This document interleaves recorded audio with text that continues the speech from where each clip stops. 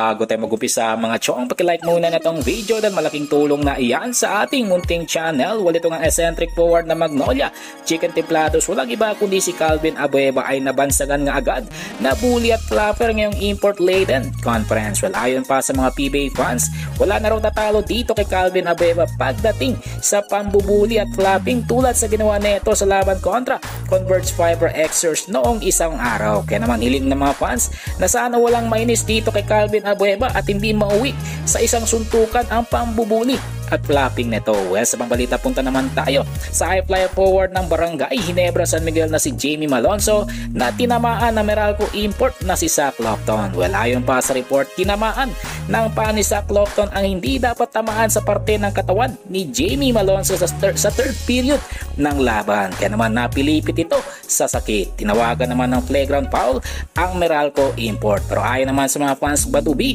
at kailangan ng anger management itong si Lofton dahil madali itong magalit.